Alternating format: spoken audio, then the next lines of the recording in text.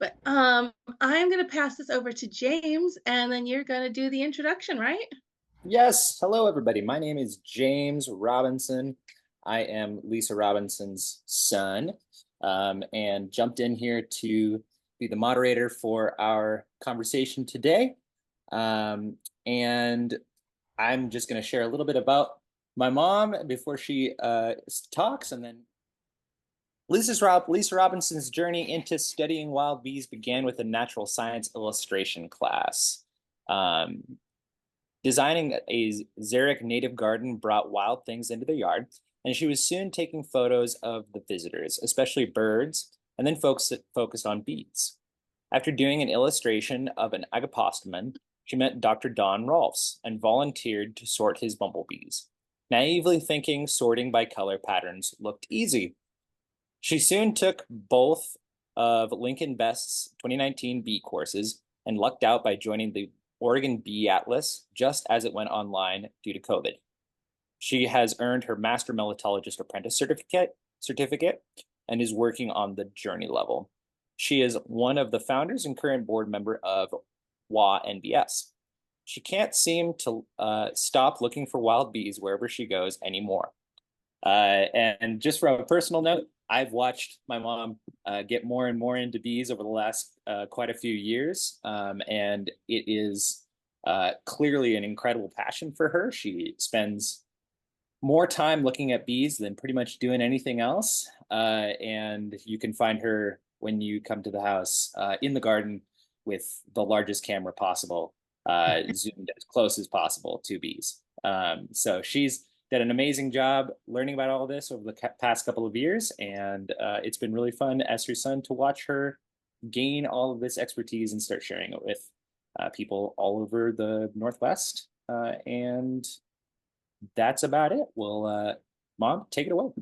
Thing in exploring the native bee diversity of Washington State and kind of looking at bees, but everybody told me I can't do all of them, so I will be trying to watch the time. I'm going to get my clock going here again, and there's the links. We will post those at the end as well, and there's also stores in the Olympic Peninsula that are selling them in the store.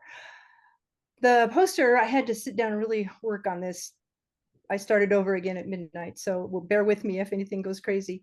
I decided to see if I could figure out which bees were in which groups, and I didn't draw on the poster, Joe. I drew on a piece of copy I made on the computer and couldn't ruin a poster. That'd be terrible. So Joe caught all these bees.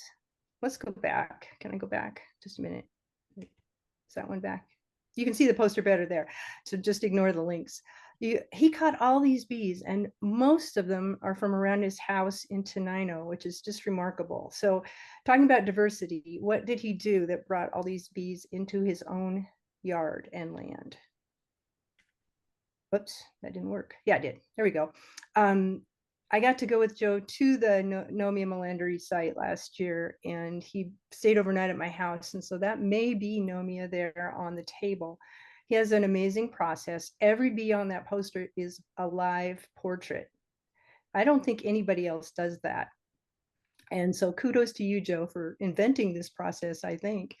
So he was already up and outside on the porch before 5:30 in the morning while it was still cool. And I live in Wenatchee where it gets hot in the summer. So he has to get up earlier here than in Tenino, maybe. He puts a little cup over the bee on a piece of paper, and they groom and they get their antennas clean. And then when they calm down and they just sit, then he can snap a little series of shots.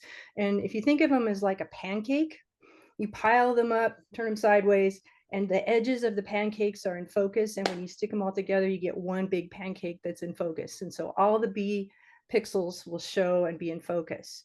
Because when you take a macro shot, if you're focusing on the eye, the tail will be out of focus because the depth of field is so shallow. If you focus on the tail, the eye will be out of focus. So you generally want to focus on the eyeball. And he thought he'd probably already spent 1,000 hours on this last year. So he's still working on it, and he wants to do even more. So kudos to you.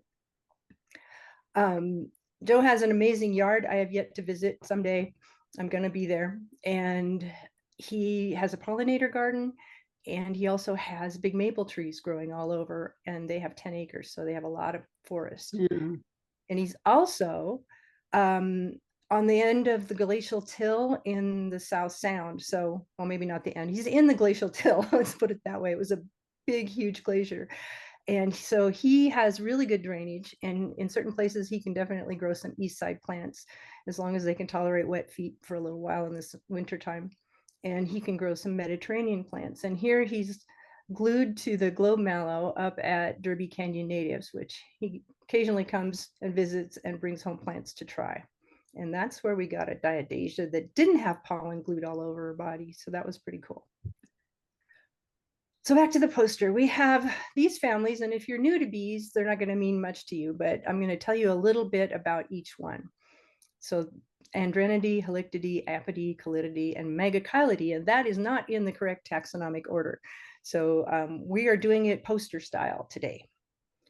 A couple weeks ago, I asked Chanda Bartholomew, who's working on the official list for the ag department, how many bees we had, and she confirmed 565. We'll probably get a lot more on that. People are still turning in their collections. David kindly loaned me this picture. He made the WashingtonBumblebees.org website, and he made this map, which maybe we should ask him about at the end. You guys can remember to do that. It's very detailed. This is the level 4 finer scale map, excuse me. And it has, I counted 57 regions of colors. Hard to find enough colors to make them all different, I bet.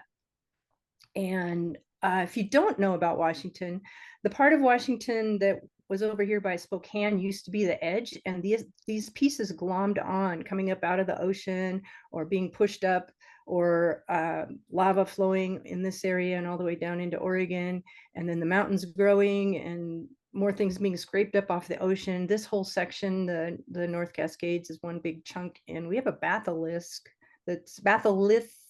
I can't say that word. I think it's Mount Stewart. So we have one big chunk that's one thing, and that gives us a lot of different kinds of soils and rocks and places for different sorts of plants to grow. We have serpentine soils in one area by Mount Wenatchee, and that's a real hard place for plants to grow. So I want to search for bees there one of these days and see if there are selenium, I think it is, plants and bees.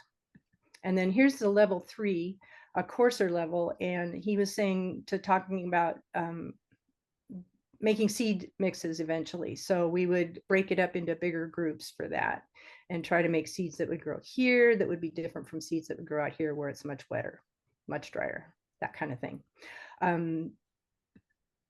So here's Will said maybe we have 5.5 families because there's one Mellididae and the rest of these bees all live here.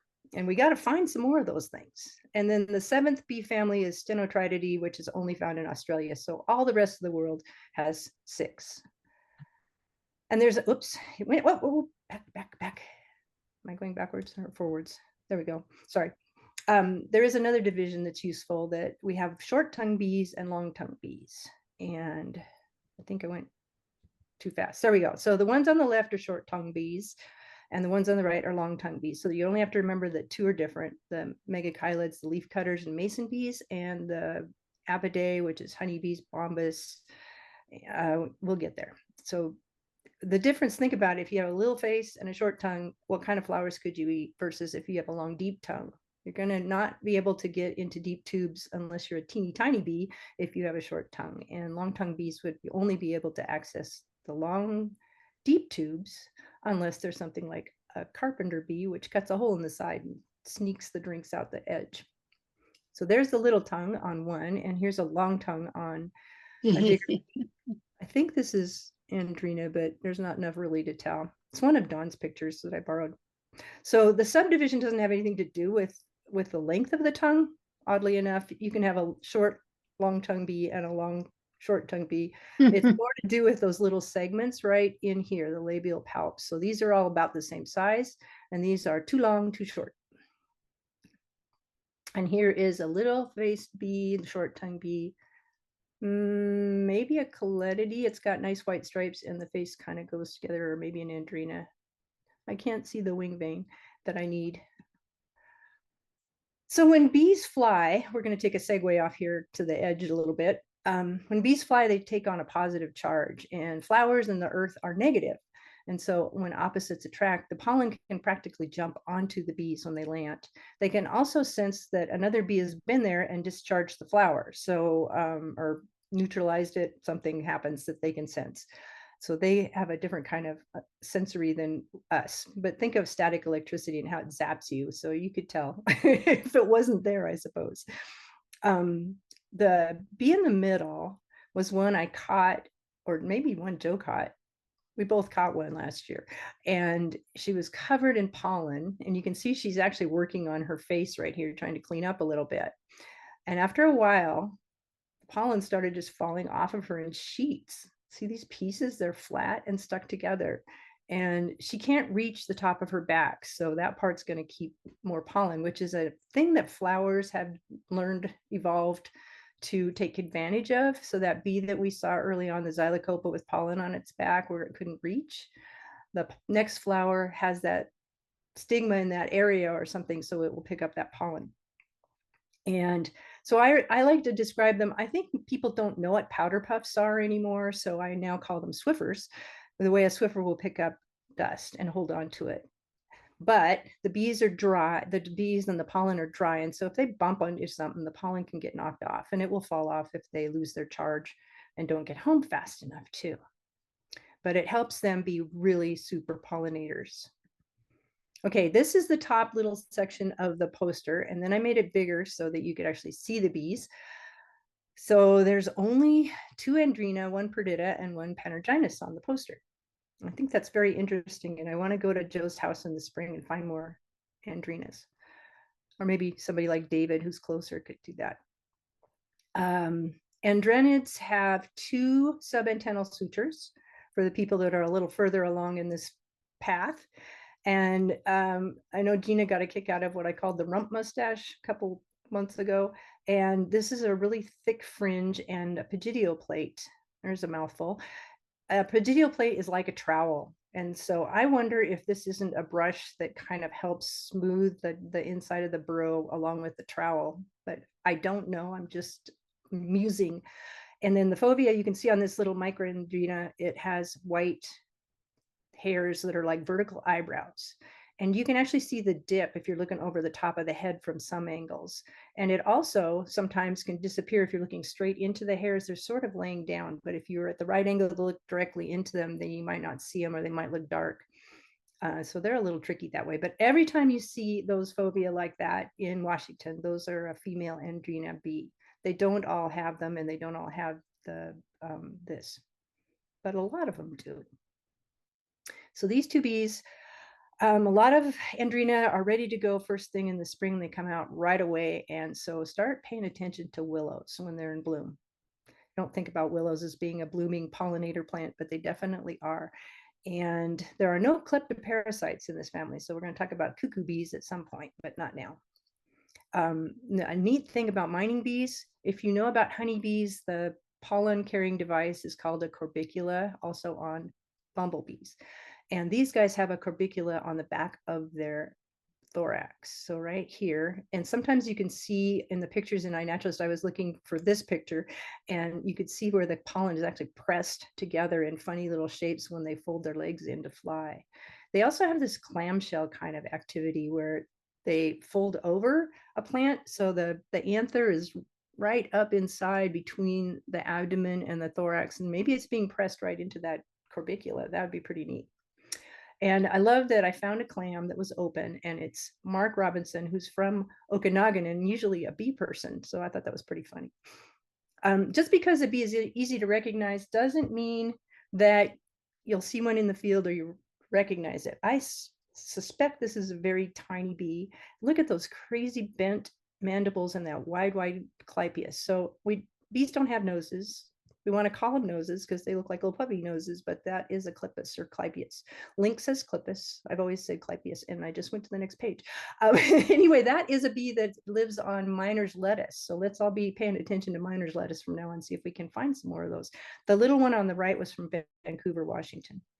This is Andrina. Kevin and I have talked about, I showed him, I don't know, maybe he already found it, the ground nesting bee project is in iNaturalist, and he's done all kinds of videos for them. Melandrina is a subgenus of Andrina, and there's a male mustache. They have a nice thick mustache, and this one is also doing that sort of clam shapey collection process, and you can see the holes. He has acres of bees, and I'm sorry, Kevin, I don't remember if you live in Chehalis or Centralia, but if you want to put it in the chat and tell people where to come see you and find them, you can, or not, it's up to you. I think we should have a big meeting there next year. I didn't make it this year. James had to get married. That was important. And Andrenidae perdita fairy bees. So one time I was super lucky. I got to see a cloud of things. It was bees and wasps and flies and all kinds of things. And it was just a little bush about this big. And these guys are super tiny and they're kind of white, as you can see by this wing. And it was just magical. And I think I got to keep moving. So this is like, I call this a lek. I don't know if that's an official term for bees. I know it is for birds. Solitary bees are single moms. They only take enough for their own family. So however many eggs they lay, they take that much pollen. They only take what they need to provide for their next generation. They don't hog everything and keep it for themselves. And this little Panergynous I learned is a confluent minor bee because that vein goes across that vein. So that's Panergynous. We're going to keep going. Halictids. So this is the top right of the poster. We have a bunch of bees. We just talked about Nomia melandri right there, and I was going to talk about them, but maybe we'll talk about some other things now because we kind of covered that. They're really pretty bees, and our agapostumans are very pretty bees. And this is a cuckoo bee that's also a pretty bee. It's bright red. It's called a blood bee, but it's not because it collects blood. So I think it's just because it's red. Nomia melandri. I say it that way. I learned melandri, which I kind of like better, but Jim Kane wrote all the papers about Nomia melandri and about using them for farming. And he did a bunch of research when they started building the 4-lane highway through the area. It's there now, and you have to get off the road to get on the old highway to get closer to the other bees. And if you get off the old highway, then you have to go 20 miles an hour so that you don't smash into the bees. It's the only Nomia genus in Washington, so we can name it to this melandri name. And the color bands we've already talked about in the bee share. They are color shifting opalescent things, and they're gorgeous. So here's Joe carrying everything he owns, I think. Probably not really. And then he went lighter. He went to his phone for the alfalfa bees, which are Megachile rotundata. That is an introduced bee that came from Turkey, as did alfalfa. So they go together really well. And we learned, I got to quit touching things, sorry. We learned that that's not alfalfa in the background, by the way, that's wheat. Alfalfa, I don't remember which one's which, but one of them likes to pollinate the tops of the alfalfa and one prefers to be down in the bottom. And so together, when they team up, they get a lot more seed. So this is the biggest seed growing area. And there's a pretty one with a little bit of color change and some holes. So if you ever see a white vernal pool, which is a pool that dried up after the summer hits and it's full of anthills, please let us know. There'll be wild bees there. Halictidae are a sweat bee, but not Nomia. I think that could be a kid's book. Halictidae do this, but not Nomia. This little shape here, this is called a pseudo-pygidial. So we learned about the trowel that's the pygidial plate. Well, they sort of pull their sixth turga inside, and this covers it up. And here's one on a flower for a different angle. And then you see about this basal vein that's arched, and it has to connect here with you remember the little square you had to draw in the triangle when it was a right triangle with a right 90-degree angle. And those, if you see those things, you definitely have halictids. It doesn't mean they're not a halictid if they don't have them, though, because Nomia doesn't. So sweat bees, mainly to remind you that Halictus ligatus, which is called the ligated sweat bee, and ligature is like a tie. So I'm assuming they mean these white bands, but I don't know. Anyway, they have this pointed thing on the back of their head, and their heads are bigger generally. I mean, look at this, is the same size head as this bee, and this is a much bigger bee. So I wonder what they're doing with those giant jaws. That's interesting. Oops, wait, go back. Sorry, I was going to read that thing that Will told me, to basal and apical. So apical hairs are at the ends of the tergites, which are the segments on the abdomen. So like your fingernail is at the end of your finger, or the end of your fingernail is white, that part. So contrast base and apex. So apex, I gotta quit touching things. Apex, the base is where it's stuck to the rest of the bee, and the apex is the other end. So the base would be up here toward this end or underneath of that, which we will see in a little bit. So oddly enough, Joe picked the colorful Lasioglossum. He's got a Dialectus, which is subgenus. They're mostly green and kind of metallic, but not very metallic. They're not really shiny. You'll see a Ceratina is much more metallic looking. They don't have stripes like our halictids before. They sort of have white hairs, and to me, they look like they've been frosted, like they've been out in the cold. And then this is a Lasioglossum ovaliceps. And notice you can't see them really well because white on white doesn't show up the white hairs, but she has scopa, which we're going to talk about again. Here is a scopa that's shiny, and here's a scopa that's full of pollen. So this is both Lasioglossum ovaliceps from Ebe's iNat. And here is one that's a Sphecodes, but it still has quite a few hairs on its legs, so it's kind of tricky that way. But it also has more pits. So if you think of the pits on a golf ball, they're called punctation on a bee, and our cuckoo bees are going to have heavier armor so that when they sneak into nests, they can't get stung, I suppose. And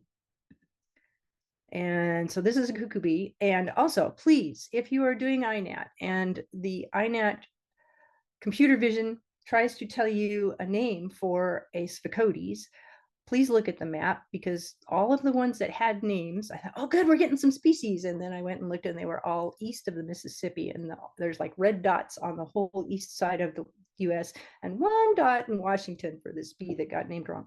So please just stick to Sphecodes. Nobody's worked on them. We don't even know who's out here. We probably have a bunch that haven't even been noticed by anybody yet, or named or looked at. So that's somebody's postdoc waiting to happen. And this is just because it's got a big flower and a teeny bee. That's actually Salvia dorii, which probably is about 2¼ and a ½ inch altogether. And so it's a very tiny bee. And this is another tiny bee, which probably is a halictus, like tripartitus or vergatellus, or one of those itty bitty ones. I can't tell those apart yet. And here's another small bee. And this is an article that is in one of our blogs about some good flowers to plant. I haven't mentioned diversity. So you've seen a number of bees already, and we're only into 2 families. And you can see these little bees are using deep flowers. So if you're a tiny bee, you can get into the flowers that bigger bees can't, or big bees with big mouths can get with their tongues. This is at my dad's house, and he had this little aggregation. And I wonder if it was all one giant house with lots of holes, or if each of these was a different tunnel. And you can see this little bee guarding it, and she watched me and I watched her, and she would not come out. She would let bees in and out of the hole. And here's another hole, it's a little different. And every night they watered, and so it washed down, and they'd build these turrets over and over again. And you can really see the frosted look on the back of her. And so this is a Dialectus species, slightly metallic, slightly green, very small. And lastly, those basal hairs come up under the previous segment, and it's only in Halictus that we have to worry about this. Not Halictus, Halictidae, the family, but not Halictus. How's that for confusing? It's easier to see on our Agapostum virescens, because she's a bigger bee, and she has big white bands that start underneath. And Lasioglossum tutusi is one of the bigger Lasioglossums, so that helps. And the Apidae are in the middle of our poster, and it tricked me. I missed a couple because the Callididae are kind of like a little dumbbell right here through the middle. So I had to work on that. Lots and lots of fuzzy bees. I'm sure you know bumblebees. And you might be looking at this one and going, is that a bumblebee? It's not. And then these guys are cuckoo bees down here. So let's get further along. I broke them up so we have the big bees or the fuzzy bees, and then we have the cuckoo bees on another page. So we're back to our long-tongued bees, Bombus and Megachilidae.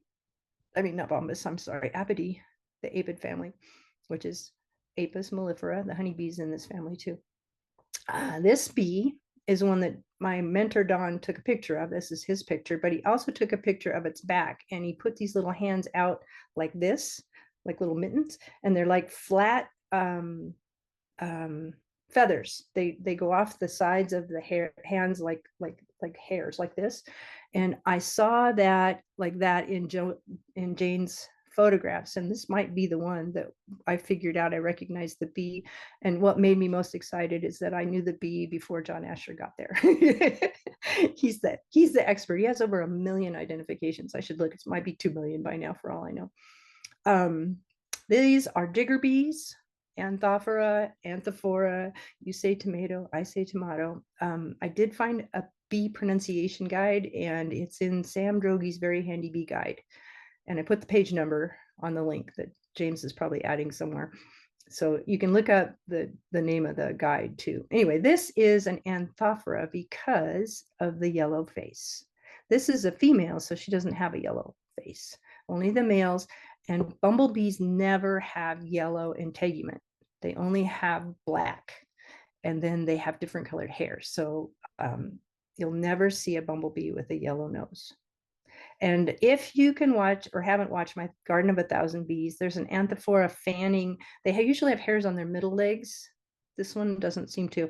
And they're fanning the female, like spreading hormones or pheromones around or something like that, which is pretty cool. And these guys sonicate, which means they can hang onto a flower, grab onto it, and then at a high C, all the pollen falls on their stomach. They move it and groom it and put it in their scopa right here. And only our buzz pollinators can do things like Solanaceae, like tomatoes and eggplants, or blueberries and huckleberries and those kind of things. And honeybees are not able to do that. And we have 2 very early blogs from Elisa's backyard, and these very cute Pacific, Anthophora pacifica. And it's also our logo, which I like that it's a Pacific bee that we picked. It had more to do with the way he was hanging on the thing, but still, it worked out. So we do have, sorry, Joe, Xylocopa are here, and I took one to Joel, and he said it was Virginica, and so did Karen. So they've been identified from a male, and luckily for me, they die at Jane's house, and she saves them for me, so I don't have to kill any bees to get one, which is really nice. They drill just like a drill. These don't look like that. This is probably going lengthwise down the board. This was in Washington, D.C. in the Arboretum, and their pergola was looking pretty rickety. And this is Jane's house, and this is a piece of board that's down low and getting wet, and so it's soft, and they were living in that. But she's also seen them all around her neighborhood, so it's not just her. But painting is one of the things that you can do to discourage them from digging into wood. Just think about it. We cut down all the trees, and they don't have any snags, and we tend to not keep snags around because they fall on people, which is a good reason to take them down. But if there's a snag that's not in danger of hurting anybody, then beetles make holes, which the leafcutter bees will live in, and these guys would move into something like that. They would prefer that, I'm sure. This is a diadasia that came from the nursery, and this is what they look like when they get in what Tina always calls lost in the sauce, and that's not even lost yet. This one's pretty lost. It's totally, whoops, dang it, totally covered. That is a different mallow. So I have less luck growing orange mallow than I do growing this. I have one big one, the Iliamna rivularis, which is river or mountain mallow. It's a big ball about 5 feet across, and then it has small, like hollyhocks, but they're like a 1.5 feet and little flowers. And it is a moving machine when it's blooming. So those bees love that. But we also have another bonus bee not on the poster that we need to go find. I have tried looking for them. Diadasia annivata, and it's called the sunflower chimney bee. And the diadasias have a round head. So if you can see its head, It doesn't go up in the middle, which a Melisodes has more of a turret shape there. The little ocelli, the little singular simple eyes are bumped up on Melisodes. And these are sunflower specialists. And I know they're in Walla Walla. And this is an actual really good picture that has been labeled research grade by Phil Collar. Thank you, Phil. And generalist versus oligolectic. A lot of bees are generalists. You'll see them a lot in cities where you have a lot of introduced flowers because they don't care what flowers are. They might only go to asters, so they wouldn't care about daisies or asters or whatever was in the aster family. But we also have picky eaters. So our death camas bees, unfortunately, got named for astragalus, Andrina astragale. They were probably sipping on some astragalus when they got caught, but they feed their babies toxic death camas, pollen, and nectar, and they're the only ones that can survive on that. So death camas would be nothing without Andrina astragale and vice versa. Our mallow or sunflower bees, the didaces, are like that with mallow or sunflowers. Melisodes, like the asters and sunflowers. My sunflowers disappeared. We moved a bunch of dirt and I don't have any this year. So I am seeing longhorn bees in Gaillardia. And then I threw in milkweed, which is not a bee. I know it's not a bee. And monarch butterflies are really tied tightly to milkweed. And this is Melisodes by Mattress, which was on rabbit brush. I've only seen it in rabbit brush here, and I don't see very many of them. And interestingly, this dark one is not the only color. I have a box that Dawn caught, and they have different color patterns. They have beautiful blue eyes. So here's our most shiny, most metallic bee, Ceratina, and they are carpenter bees, so they're related closely to the Xylocopa, the big carpenter bees. The mothers actually feed one less so that it's small, and they call them Cinderella daughters, and she makes her stay home and help. And then we can also name all of these to the subgenus Zodontomerus. So if your CV says Ceratina, just a minute, and somebody changes it to I can't even say that now, Zodontomerus, then it is the same bee. Don't worry about it. Or you can just put Zodontomerus in there. Most of our Zodontomerus Ceratina will be acantha, and the males will have this very distinct point, but the females are tricky so that we don't have anything easy for them. The males also have this little Mexican sombrero, cowboy hat shape, T, whichever one you want to call it. And they're called cigar shaped. So I looked up cigars, and then I tried hot dog. I don't think either one really works, but they're round and they're all the same width because they live in a pithy stem like this. So they love raspberries, and I think Himalayan and what are they, Armenian blackberries now, whatever they're called nowadays. They probably love those, and elderberries. Sunflower bees, Melisodes. So you can maybe see how this bumps up a little bit there on that one. What's really neat about these bees is that the males sleep in the corners of the sunflowers, and they're just so charming and beautiful that way. So look in sunflowers and see if you have longhorn bees. Longhorn bees mostly have two-toned antennae.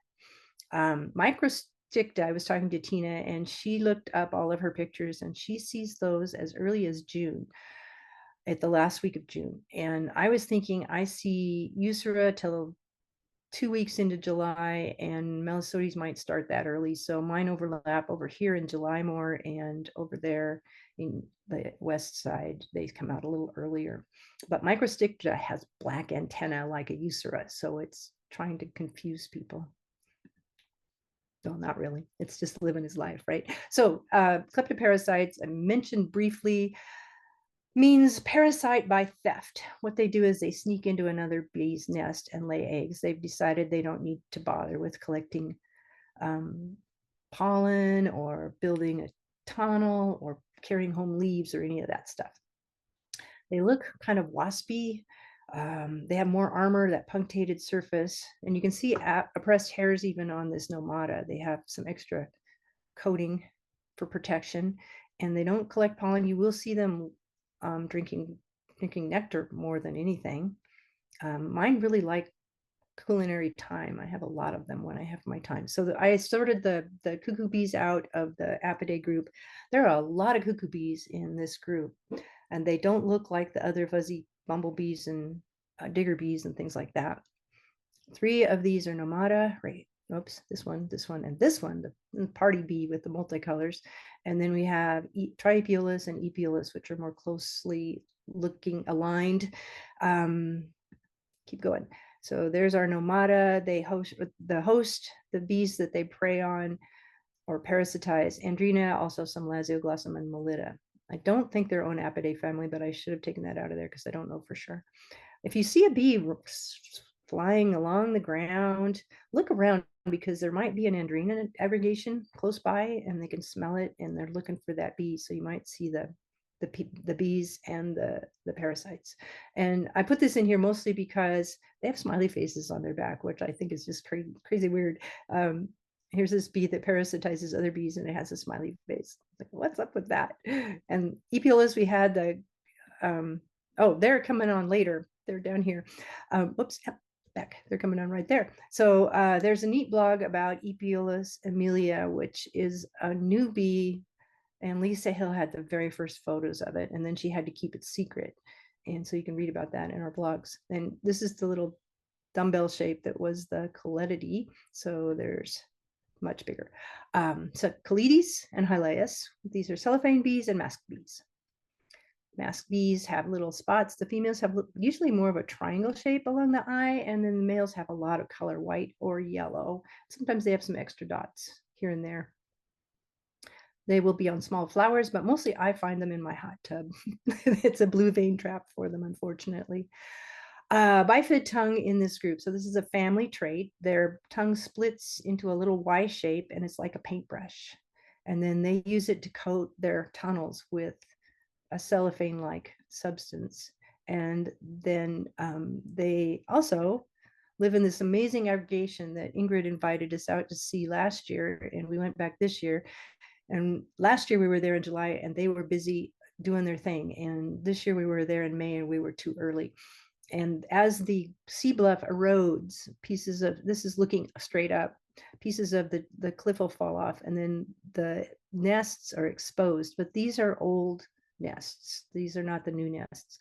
The new nests are a lot of the time high, but this does tilt down after a while if you walk far enough. So you just go to that park, Marlin Nelson by Port Williams, and you park in the little parking lot and you walk left when you get out on the beach. And I just looked up to see how many there are, and I'm amazed how I have them all the time, and they're kind of scattered. So I think people are not recognizing these bees yet. Really nice white bands. So I mix them up with Andrena. There's an Andrena that has really nice white bands, and there's Halictids that have really nice fat white bands. The Farinosus. This one's yellow. Farinosus will be more rusty orangey colors, I think, and the face is heart-shaped. Oops. And then the Epiolus was what I saw when I was out at the bluff. They are cellophane cuckoo bees, so they only go to cellophane bees. And they were crawling around in the holes and crawling around on the surface and flying around looking for them. I didn't see any of the cellophane bees that day. And there were plants down along the edge of the beach and back next to the cliff. And I saw other things in there too, but maybe some other people did. So here you can see the little heart-shaped face or triangular shape. It goes to a point in the front. That's a male. And here's a female. You can see some scopa there. And they come out in the rabbit brush too. And one of the things I've noticed in rabbit brush is lots of black and white things. So I think yellow and black doesn't work on rabbit brush. And so they may have, this is my total hypothesis, I guess. The flies are black and white, the bees are black and white. They show up really well against the yellow. So the bottom right part of the poster, we're on the last part. We're zipping along. I'm doing great. Lots of bees in this. I also divided them up. Here are the Megachilidae and the Anthidium and Dianthidium. Megachile, sorry. We were talking about the Western Periherta earlier. So this was the next bee I learned after bumblebees because of this posture. They hold their tails up and they keep that powder puff or Swiffer out of the other pollen on the flower so it doesn't get knocked loose. And here's one that's empty, and you can see the rows of thick, stiff hairs that she can fill up with pollen. It's funny that she's got it up so high when there's nothing in it. And Periherta have red hair. So it's red like redheads. It's orange. And here's the male and a detail of the wing that Will was trying to tell you about a little bit. They have different shapes, and I think that's part of what you use for taxonomy. I haven't identified a lot of these. And here's one on a flower where you can see that these kind of get blended in with the rest of the bee. They have really nice, distinct mustaches, which is very nice, and beautiful green eyes. Not two, just one. Leaf cutters cut leaves and flowers. Some specifically only cut flowers or prefer flowers, and some specifically cut leaves. The leaves they like usually have some sort of medicinal is not the word I want, protective substances in them that the bees will prefer, or it might just be that the flower is the right size and the right thickness for them. The Megachile Montevega this year got Clarkia in my garden. If you can plant Clarkia, please do. It's a hoot. All my flowers have like an 1/8 of an inch of petal left. Every petal gets cut off more than once. Kind of like this thing over here. This is I think a Eutricaria, which would be the introduced alfalfa bee or one of its cousins. They have a different look about them. They're very cute. They were brought here for alfalfa. This is oak, which I find kind of fascinating. That was down in Oregon, actually. And then osmia. So blue orchard bees. You guys have heard of the bee hotels and the blue orchard bees. I kept wondering how people are identifying those. One, they're more hairy, and two, they're big, and three, there's little horns on their face right here that makes a kind of a easy distinction. So if you can see those little horns, that you might be able to say, I think it's a blue orchard bee. And there's some sneaky cuckoo bee right here, and hoplitis, two hoplitises. Let's keep going. So mason bees are like 3 BBs. They're thick and they're kind of almost the same size, and they're very round on the back, and they tend to curl their bottoms under on a plant, so they look very round. They have big heads because they have big jaws because they have to carry mud. And many of them are early spring fruit tree pollinators. So especially cherries, they're really good for being out when it's cold because honeybees are a little bit pickier about the weather. And here is a picture of those horns and the mud between her jaws of a blue orchard bee. And look at this one collected purple pollen for all of her babies. And if you just look up Deep Look, you don't need the link, just look up Deep Look in YouTube. They've got lots of great bee videos. And this I thought was an osmia, Stelis cuckoo bee, not osmia. Kay Little tried to help me, and John set us both straight. And you can see there's no hairs. Well, if you know bees, you notice there's no hairs. It's pretty hard to see from that angle. This one's not even in focus. But this bee also has a lot of mites on it, so it probably came out of a bee hotel that wasn't well cared for. And these mites are why people want you to clean the cocoons, change the straws or whatever you're putting them in, and not have things that can't be washed or cleaned in some fashion. And you can watch Joe's videos about that and crown bees too. And then this is Stelis. So notice it also has some spots on it, and or Stellis.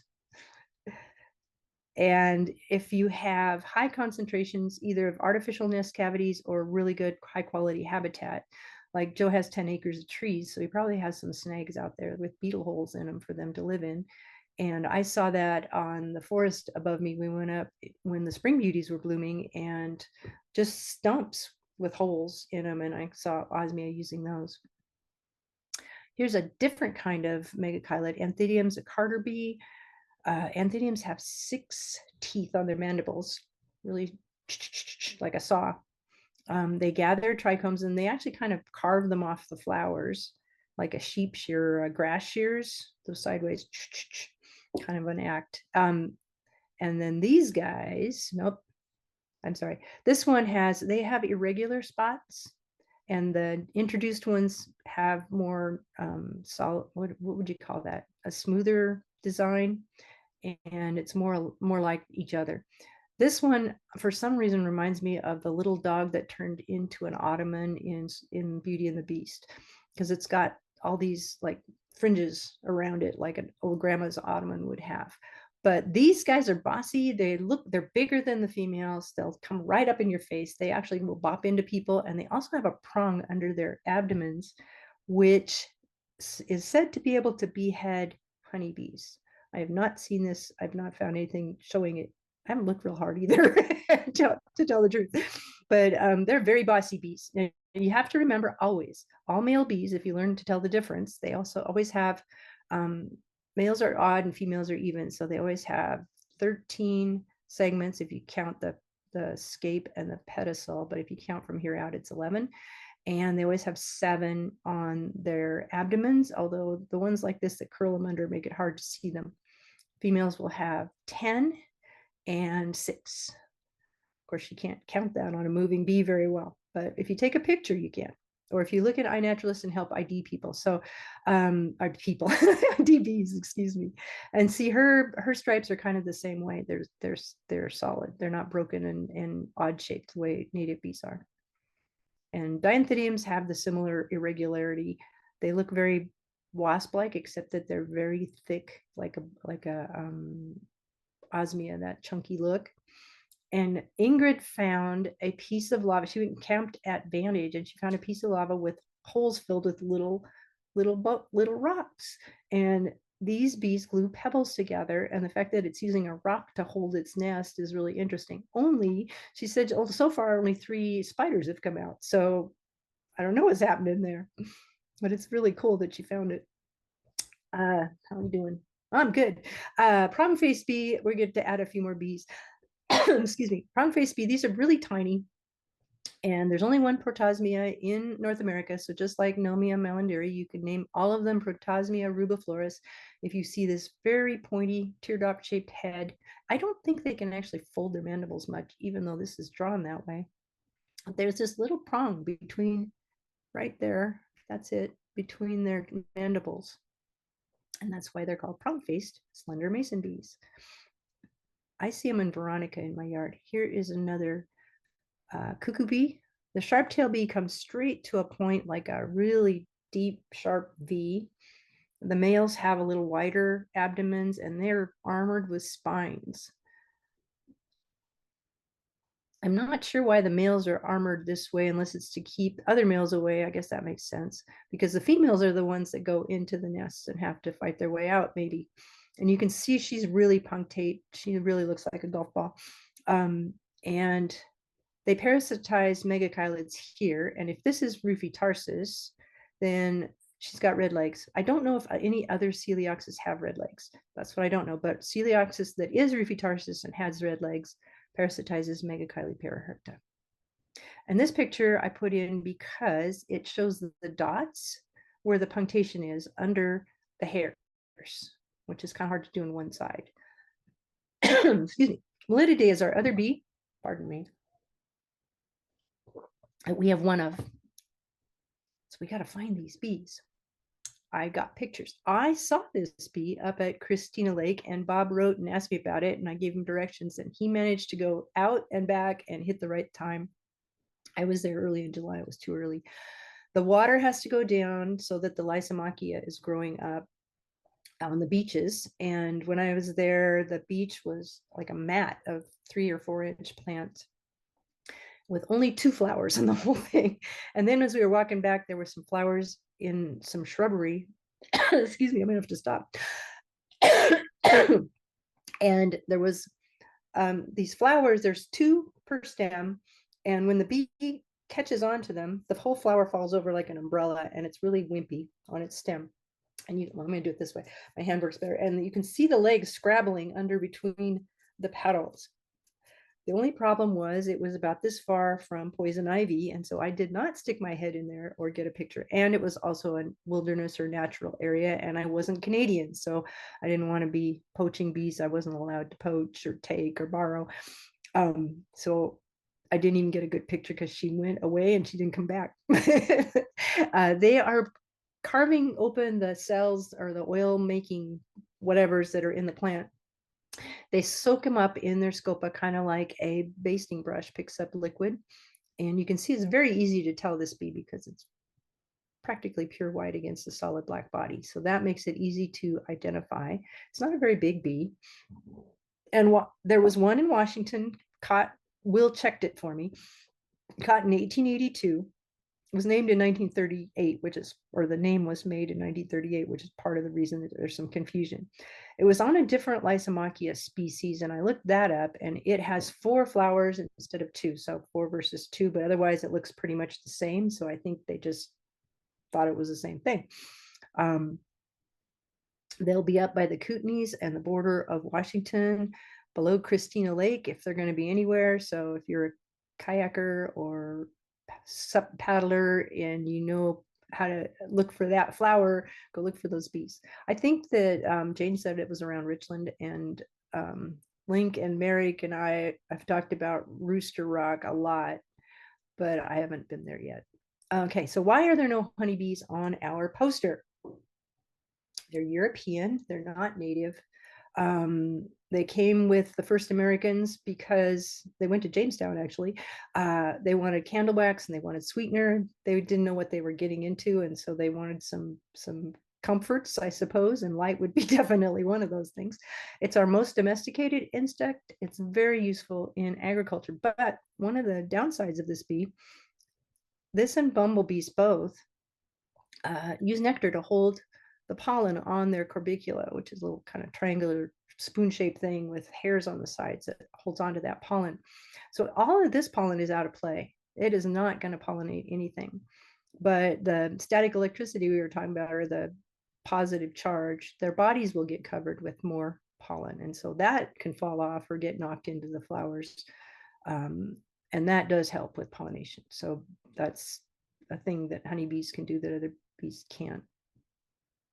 They also cannot buzz pollinate, so they can't do the Solanaceae, the tomatoes and those things, and they can't do huckleberries and blueberries and those kind of things. So diversity, we have lots of different bees that live. I didn't really talk about where they lived.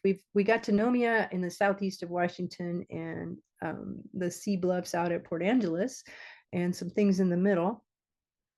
There's part of the reason we're doing the WaNBS Atlas is to find out exactly where these bees live. We are looking for the historical ones that were found, see if they're still there. If you were a bee that was picked up in 1882 in Yakima, is there even anything much to the river where you were at? Are those flowers still there?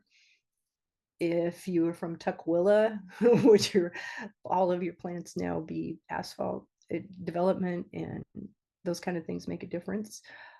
Planting flowers to help connect all the parts is something that we can all do.